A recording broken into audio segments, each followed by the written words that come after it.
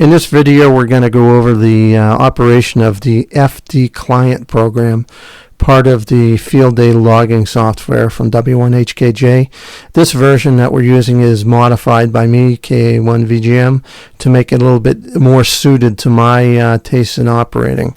Okay, so the first thing you're going to notice when the program starts is it's going to come up with the operator call sign screen asking you to choose the band, the mode, and the call sign. So defaults to 20 phone, and I'm going to put my call sign in there, and I'm going to hit enter or click OK.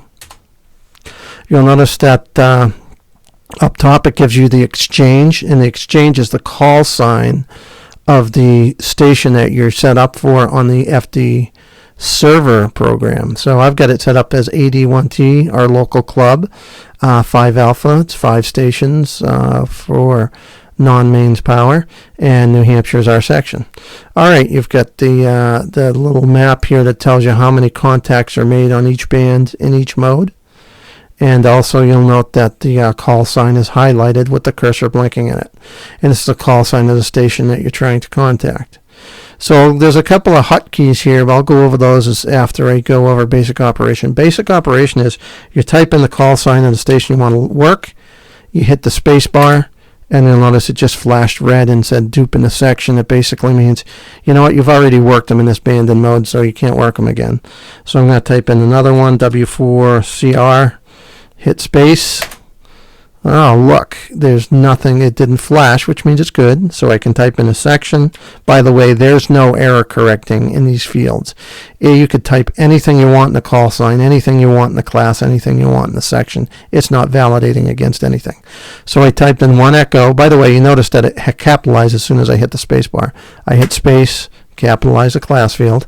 Okay, now I'm in the section. I'm just going to put Washington, WA for Washington, right? Okay, you notice it didn't flash red or anything after I put the call sign in. That means I didn't work them before in this band and mode.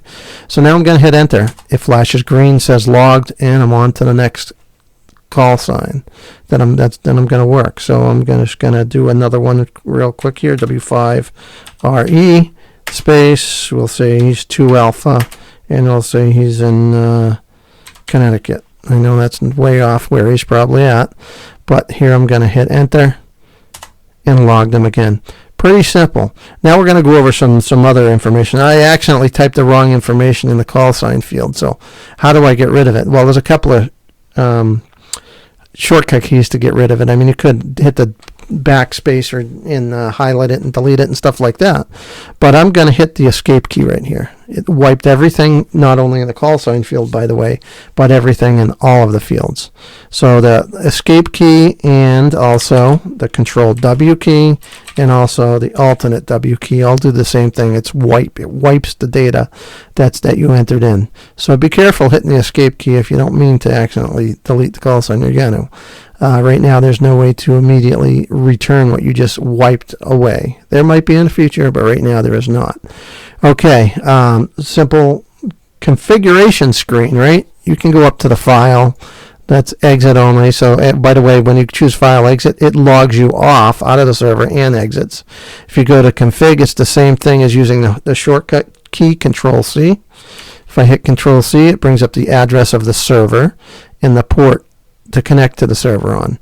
Pretty basic information. It basically says, how am I connecting to the FD server program? Is it on my own computer, which would be the local host, or 127.0.0.1, or the IP address on the network that you're on of that server? So I'm going to hit either OK or cancel. In this case, either enter or escape. I'm going to hit escape. Also, we've got operator, log on, log off. Well, that was that first screen that we encountered when we first started up the program.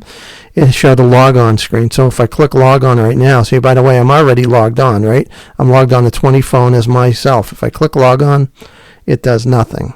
If I click log off or Control L, by the way, Control L is log on, log off. It knows which one to choose based on if you're logged on or you're logged off. So I'm going to do Control L.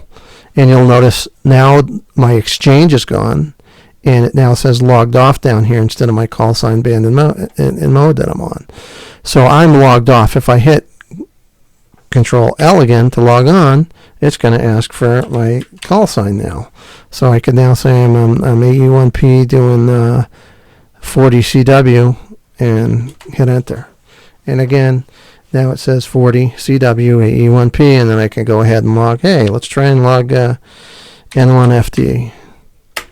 And we'll say they're 26 alpha this year. I don't think they've been that high in the number of years, but we'll just say that. Hit enter, boom. So there's my contact there, CW140, that I just entered. Pretty simple operation. Will be other videos coming soon, and there's also a help file for the shortcut keys on my website, which is digitalhamradio.org/DL as in download. You can find Field Day Log as well as some other programs that I had written before in there.